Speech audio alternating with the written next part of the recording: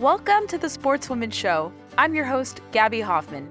From gator hunting in the swamps of Florida to fly fishing in the cold water streams of the Mountain West, join us as we explore real human stories of women, from influencers to scientists to policymakers who are spending their lives in the outdoors. Let's begin.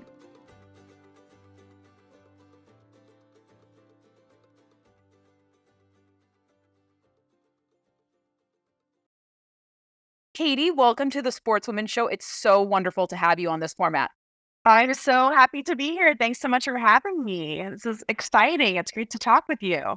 When I think of you, I think of like the ultimate sportswoman, and that's easily what comes to mind. You really are. And I'm not saying that because I've known you for such a long time. We're friendly, work in the same circles. I write for your wonderful publication. But when I think of someone in media and journalism who really epitomizes the sportswoman lifestyle, you immediately come to mind. So I'm so happy for our listeners to get to know you in this Well, format. that is amazing that you perceive me that way. I'm proud to be perceived that way. I'd say I wish I were in the outdoors more than I am, but I think that's really everyone, right? You never can get enough. So, yeah, it's just part of who I am. It's how I grew up, and I think it's really important to continue to try and push those principles. You know what I mean? For those who are not familiar, because we are trying to reach women who are new to hunting, fishing, the outdoor lifestyle, I reckon most people know who you are, but what is your background for those who are unfamiliar? Where did you grow up? How did you learn how to hunt? Yeah, so I grew up in a place called Flagstaff, Arizona, and when people think of Arizona, they think of cactus and desert and 140 degrees in the summer and maybe sand and all that kind of thing. But I actually grew up in northern Arizona where we lived at 7,000 feet elevation. We have a ski resort there. The mountain's about 11,500 feet when you get to the top of the San Francisco peaks. And we grew up in the woods on 5 acres of land. We lived off a cistern, so we would haul our own water, and we had a wood burning stove. So, the way we heated the house was you would chop wood and you make a fire, and that was what we did. So I learned to hunt at an early age when I was 10 with my dad, and he really made it a point to always just with my mom. We weren't hunting; we were out in the summertime camping. We spent a lot of time in Colorado in the summers camping, fishing. I was, I think, 11 or 12. My parents sent me to a wilderness camp in Wyoming, and it was a 10-mile horseback ride into the Wyoming wilderness. So that was amazing. So it really just was a big part of how I grew up, quite literally, with just being surrounded by, pine trees, the forest, having a view of the mountains outside my window every day. And it's one of those things that you don't exactly appreciate till you leave, and then you really miss it. But it really was just kind of something that I grew up with. And I'm very grateful that my parents, took the time to get us outside. And we didn't have TV until I was probably 13. So that's when satellite television came out because we lived so far out of town that we couldn't have cable. So once we Incredible. got satellite, we could watch TV. Um, so yeah, we were just always outside working. We raised Labrador retrievers for a couple of years. I have a Labrador now. He's 9 years old. His name is Gadsden. But growing up, we always had lab puppies around. So it just really was a big part of who we were. And my parents would take us out to like Lake Mary to see the elk and that kind of thing. That's what we did for fun. And I was actually out in Arizona over the 4th of July in a place called Greer, which is very similar to Flagstaff, the place that I grew up. And we saw tons of wildlife, antelope, deer, elk, that kind of stuff. So it just really is a big part of who I am and how I grew up. And I'm grateful for that. It's definitely reflected in your social media postings, your commentary, your work. So for those who are going to be familiarizing themselves more with your appearances and your commentary, they'll see that translated very easily. And I know your dad played a huge role. Do you remember a particular hunt with your dad that cemented your love of hunting? Yeah, the first one actually. My dad was a hunter safety instructor for 30 years. He was also a high school Spanish teacher, and so he was my hunter safety instructor. And he bought me my first hunting rifle when I was 10, and I was a little on the younger side, so I had to wait another season to go hunting. But he was so excited that he put me in for uh, cow elk and mule deer up on the north rim of the Grand Canyon, and the elk hunt was over by Williams. And if you're familiar with Arizona, that's about a 6-hour drive. And he was so excited that he accidentally put me in for the same 4-day weekend for both. and I got drawn for both.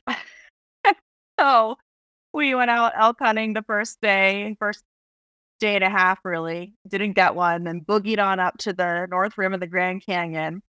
Got my first deer that Sunday morning, and I demanded that we go back to the unit we were hunting outside of Williams to finish my elk hunt. So then we drove all the way back there after that deer hunt on Sunday morning, packed up camp, got back, didn't, it was the end of the hunt. It was the last day, and we thought it was over. It was like 11 a.m. It was hot. You know, usually elk you hunt really early in the morning in the crack of dawn or going into dusk.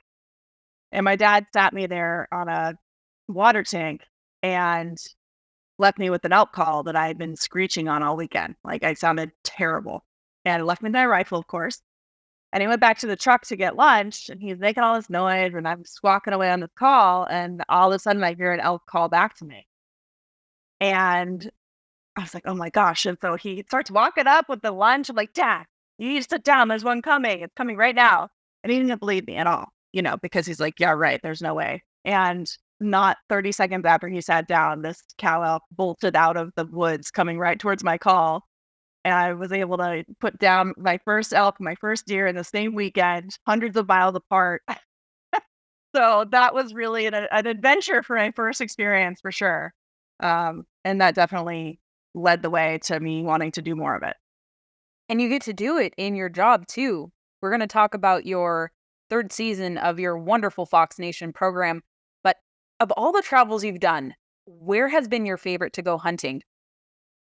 I did a horseback antelope hunt, pronghorn antelope hunt 3 years ago with my dad in Wyoming on a ranch that was really remote, probably the most remote place I've ever been in terms of hunting. It definitely was, actually. And that was just absolutely incredible. It was so special to be out there with my dad. We were on horses. It took a lot of work. We covered a lot of ground, and it was my first time ever hunting antelope for me. My dad has hunted a lot of antelope, but it was my first antelope hunt, and I was able to get a really nice antelope. And so I would say that's probably my favorite place in terms of where I've been. But it's hard to choose because every place is so different, right? So it's hard to pick a favorite just because every different location has different things to offer. But that was a hunt of a lifetime and really, really a special place to be.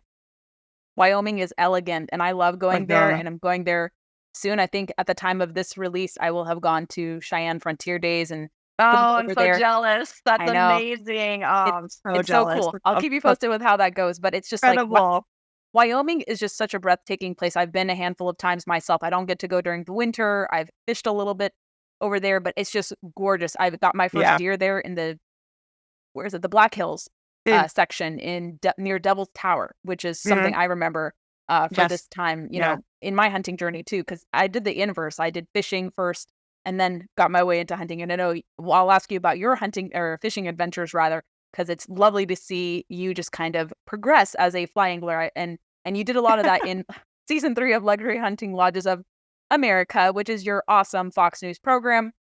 And I love how you were able to, within like 20, 30 minutes, give viewers an insight into these beautiful accommodations that offer these amenities, you know, hunting, fishing, cooking, exercise classes, horseback riding. Where did the idea for the series come from? And now in the third season, what is kind of your takeaway from doing it? Have you been able to advance a conservation message? Do you really think like viewers are not only just visiting, but also kind of understanding the greater purpose to your visits? So what I love about the show, we've done 15 episodes. As you mentioned, this is the third season. We've been all over the country. And what I've liked about it is that it's gotten me out of my comfort zone. As I was explaining, you know, I didn't grow up going to luxury lodges. We didn't even stay at lodges. We camped out of the back of the truck. We sometimes brought the camper, but lots of the time we were just in a tent, right? We were doing the hunting thing, and that's wonderful. But if you're new to hunting, it can be intimidating to get into that if you didn't grow up doing it. And what I've liked about the show is that it really shows people there are places where you can do both. Like say you maybe you're married to someone who loves hunting, but it's not really your thing, but you want to support them. You can go to these places and do your own thing. You could, if you like to fish instead, or if you like to just, you know, hang out, if you like food, if you like outdoor adventure, just got the hunting portion that's available to you, but there's also the hunting part of it. And what I've loved, I think, as a top priority is real, and we talked about this before, is a lot of the people who own these lodges and these ranchers, their number one priority is conservation. I've talked about Three Forks Ranch a whole lot because David Pratt bought Three Forks Ranch and he did the largest private river restoration in the history of the country, all with his own money. And he brought back the bald eagle population on the property, and he was able to continue running cattle, but also, protecting the wildlife there. And so there's all these different kinds of stories in different places where you can find these examples of private industry and people really prioritizing conservation and partnering with, the local game and fish department and working towards the goal of having sustainable wildlife resources for generations to come. So the show's really been able to give me the opportunity to do all of these things, the hunting, the fishing, maybe you're curious about it, but it's not you prefer to be in a hotel room type of thing. That's here for you. And then the most important thing is the conservation, so we can all enjoy it for many years to go. In this most recent season, and you emphasized this, I believe, in season 2 and season 1, but what I loved about this season, in terms of a conservation emphasis, you went to, I believe it was another lodge in Wyoming, and you were trying to do some predator management. I won't give away as to what happened, but I love the fact that they specifically had you there to help cull their coyote population because it is such a problem, as we know. And in your hometown area, in our area, they don't want to allow for hunters to manage deer in Northern Virginia, which boggles my mind. They would rather pay sharpshooters or just let it fester. But predator management is essential everywhere, in rural areas, city areas, everywhere. And they just don't understand. So I love that you even were able to kind of humanize that side of hunting, which often gets vilified, of course. And then for I believe women who were interested, was it Wing and Barrel? I think you said 2 components. They said that their partnerships for the wineries they work, they have to have a conservation emphasis or be pro hunting, pro fishing. I love that. I had no idea that was a thing that they could do, but it's good to know wineries also have that synergy as well. I love that. And then they were really keen on having women, making a woman-friendly space. Yep. For that. Yeah, Wing and Barrel was an absolutely incredible place. I met Wendy, who is one of the co-founders, and she's really into getting women into hunting and is a mentor for a lot of different people to try and get them into the shooting sports. But I picked up on exactly what you just talked about, which I thought was so cool, is, this is a very private, exclusive club. And Darius, who's also the co-founder, he has very specific rules about who he lets into the club in terms of food and wine. So it's in Sonoma County, right next door to Napa. It was very difficult for them in the first place to get all the permits approved for a place like that in California.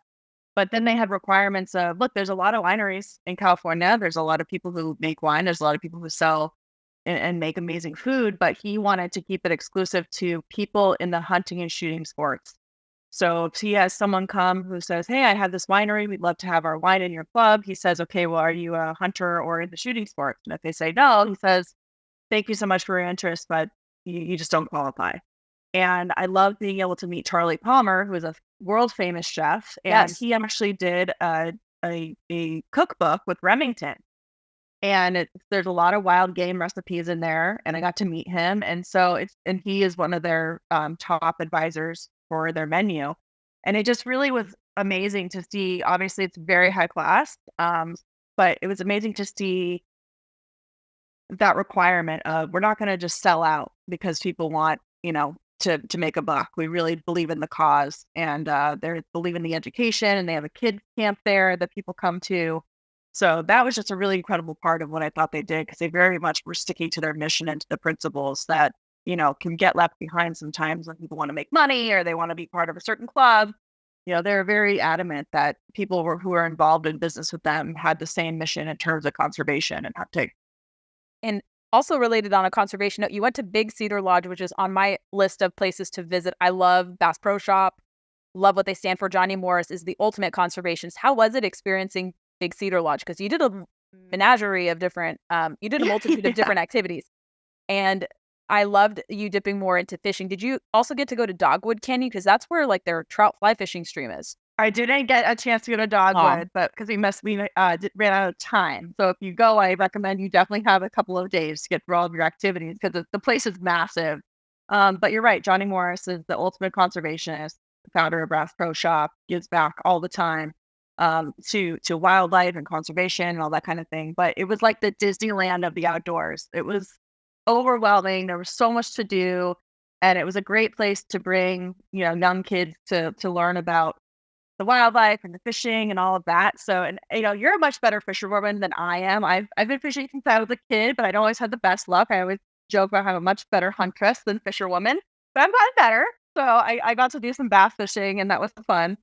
So I love being able to go there and just experience a whole different thing. And also, hunting in Missouri is very different and fishing in Missouri is very different than, Wyoming or Alaska. So it's just been so great to be able to go all over the country and see how all different kinds of people are really stepping up for the same reasons, the same goals. And that's just taking care of wildlife, taking care of the land, and doing it voluntarily. I don't know if kissing a fish will ensure you'll have better luck. It did work in your episode, but you have to be careful too, like to kiss fish, like in our region, the Mid-Atlantic. Yeah. You don't want to kiss fish if it's like super hot outside. You're in the Chesapeake Bay because you could contract God knows what. Yeah, Flesh-eating bacteria. Yeah, So in areas where it's not so hot, that can work. But I thought that was adorable. And then I want to culminate the discussion of this season, of course, with your time in Alaska. I loved that episode. I mean, all the episodes were great, but I loved seeing you harness your skill set as a fly fisher woman. You made me very proud. And I've always told you we can go anytime in the fall time when our schedules kind of calm down. It looks that case for me. I know with you covering election stuff, it's going to be crazy, but we'll be in touch about making sure we help each other. You always got to take some time to get outside, But what was it like to fish there? Because you were fishing in the Tongass, and the Tongass has been in the news, of course. We won't go there into the politics side of it, but Tongass is beautiful. People don't understand it has to be managed. But what was it like fly fishing there? Because that must have been a great experience. It was, just was so overwhelming to be in Alaska and to be out in the Tongass and outside of Sitka. And this lodge we stayed at was on its own private island. And the people who run it are amazing. They're actually from Arizona. They went to the same university that my parents went to at the same time, which is hilarious. And it's just a whole different, it's something you've never experienced before. You get on a boat in the ocean, and then you go to the riverhead, hike up. And on the way, before we got off the boat, we spotted some bears on the beach. So we saw these bears feeding on the beach, and then, you get off the boat to go walk up to go fishing for their food. And, I'm used to berry awareness in places like Wyoming and Montana. And I was reassured that, well, the brown bears in Alaska and the grizzly bears in the lower 48 have different attitudes because the lower 48 bears are always hungry. So basically they're hangry all the time, which is why they're more aggressive. Whereas the brown bears in Alaska are much bigger, but they're far less likely to be aggressive because they're fully stuffed all the time with delicious salmon and trout and everything else like that. So wasn't too worried about running into a bear. But we hiked up a bit and got to hone my fly fishing skills, and I landed a steelhead trout, which was absolutely spectacular. Amazing experience, fighting with it, getting it out of the water, and then doing catch and release. It was just really an amazing, beautiful place to be. And back to your original question about like people getting into hunting for the first time, like why should you get into hunting? For me, there's just so many things that if you're a observant person, you just learn so much about yourself. You just feel so grateful just for basic things like being able to see, being able to smell, being able to walk up the river to go fishing. It just really gives me a grounded perspective on what, you're grateful for every day and the things that you're capable of doing. And Alaska certainly awakens those senses in a lot of different ways. It does. And you're absolutely right about brown bears. We were in the Kenai filming about our Alaska report last year, and they were just there, munching on salmon, not bothered by us. And it was really surreal. And I've seen grizzlies in the lower 48 from a distance. And you're absolutely right. I am going to be more aware of that because they are hangry. And then you have stupid people. You have stupid people like trying to provoke them and feed them or come close to them and touch them because they've watched too many Disney movies or, have a crazy agenda and think, I'm going to pacify them. And the grizzly man thing comes to mind. Good luck. It's going to be ruinous ruinous result rather. If you try to play with that. But no, they are very different in Alaska, and Alaska is truly a special place. My producer of this program is a transplant to Alaska. He loves it, and Nice. he was like, "You're gonna fall in love with it." I did. I would love to go back. I can't be back there anytime soon, but hopefully one day in the near future. But it is an amazing place, and to cement yourself as a fly angler as you did there is a lot of kudos. So you have my respect for that. And I Thanks. It was yeah, fun. yeah. Yeah, I mean, I'm still fairly new to fly fishing too, because that stuff is kind of tricky. I love that it's like Yeah, less messy than conventional fishing, no worms to have to deal with, but fly tying is difficult, and then matching the hatch can be tricky as well. So it's always, yeah. a learning as you go experience, but people don't know this fly fishing is actually great exercise. You burn a lot of It calories. is. It is, and we had to switch out my fly a few times, like different colors, different sizes, just depending on what they want to eat. And the steelhead, we were at the end of the season, so they had already been kind of hunted, so to speak. So they were Yep. more suspicious. But luckily, we were able to get that fly right where it needed to go, and it worked out. So pretty proud of that one. It was awesome. So this is a plug. Everyone watch season 3 of Luxury Hunting Lodges of America. Katie, as we round up the conversation, I want to ask you, for those who are listening, women especially, who want to work in media, politics, and that intertwining between journalism and covering politics, everyone knows that hunting and fishing has become increasingly political. It shouldn't be the I case, know. but you and I both have had to learn how to navigate those kind of stormy waters. But someone who is interested in covering these issues, covering conservation, getting into media, what would you recommend them to do? Like, what steps or what piece of advice would you like to impart? Well, I think they should follow the Gabby model. I mean, you are like the epitome, the perfect example of someone who does a beautiful job of all of those things, combining all of them. You focus on it, you're well educated on all these issues, you approach it from a free market perspective, conservation, not environmentalism perspective.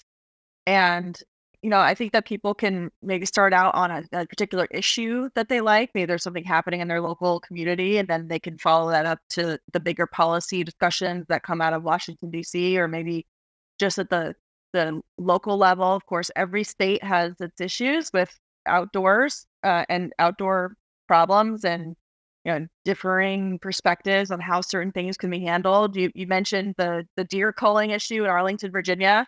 That's a local issue that, of course, can be contextualized on a national level as well, with these big movements that come in with lots of money who are anti-hunting. So I would just recommend, I guess, people find, specific issues that they're passionate about and that they want to make a difference in, and then they can move on from there. But I think that you are a perfect example of how Oh exactly to do gosh. that. You are absolutely incredible. You're I like like the the Katie outdoors Pavlich model woman too. journalist. I like the Katie Pavlich model too. I think it's a very effective one because I mean, you have been doing these activities forever, obviously, but you really became a mainstream journalist. Like people don't know you've had an illustrious career spanning over a decade. We became friends at the beginning of both of our careers, 12 some odd years ago. Can't believe it's been that long I since we've know. known each other, first met. But like you've had a lot of enduring qualities and then have been able to as a career that with your long enduring career, just to insert a lot of conservation, you do in your different Fox business hits, Fox News hits. So you have a good model too. Well, thanks. I just think I think it just comes down to if you really care about something, you want to make sure that it's treated with respect in terms of context and proper arguments, and that the truth about the things you care about, like hunting and conservation, are out there for people. And you can't blame people for things that they don't know. And as someone who grew up in the outdoors and has had a lot of experience, I feel like, okay, I can offer that knowledge and experience to others who maybe don't have as much of it. So it's a real privilege to be able to do that. And the truth is needed now more than ever in conservation and hunting. And I'm doing my part through your website and on my other channels through this podcast. You're doing your part. We need more people who have big platforms because we have an avalanche of resistance we're facing on all Yes, different levels. absolutely. We're all doing our part. So Yes. Katie, if everyone listening wants to connect with you, where would you like to send them to? you can find me all over. You can find me on Instagram at Katie Pavlich, on X, at Katie Pavlich at townhall.com, where I'm writing every day about politics if you're more interested in that kind of thing. And you can catch me on Fox News, and also, of course, on Fox Nation. If you want something more lighthearted and non-political, you can watch my new Luxury Hunting Lodges show. So enjoy. Wonderful. Katie, such a privilege to have you on. Happy hunting, happy fishing, and I hope we will finally get to go on the water or do some sort of outdoor activity very soon. Indeed. I hope so. Thanks, Gabby. Thank you for joining us on this episode of The Sportswoman Show. Your support is so crucial. Take a moment right now if you can and help us out by hitting the subscribe button on your podcatcher of choice, leaving a review, sharing with your friends, and engaging with us on social media. We also need guest ideas. If you have a suggestion on a strong outdoor woman we need to talk to, shoot our producer an email at cody@troutstreamstudios.com.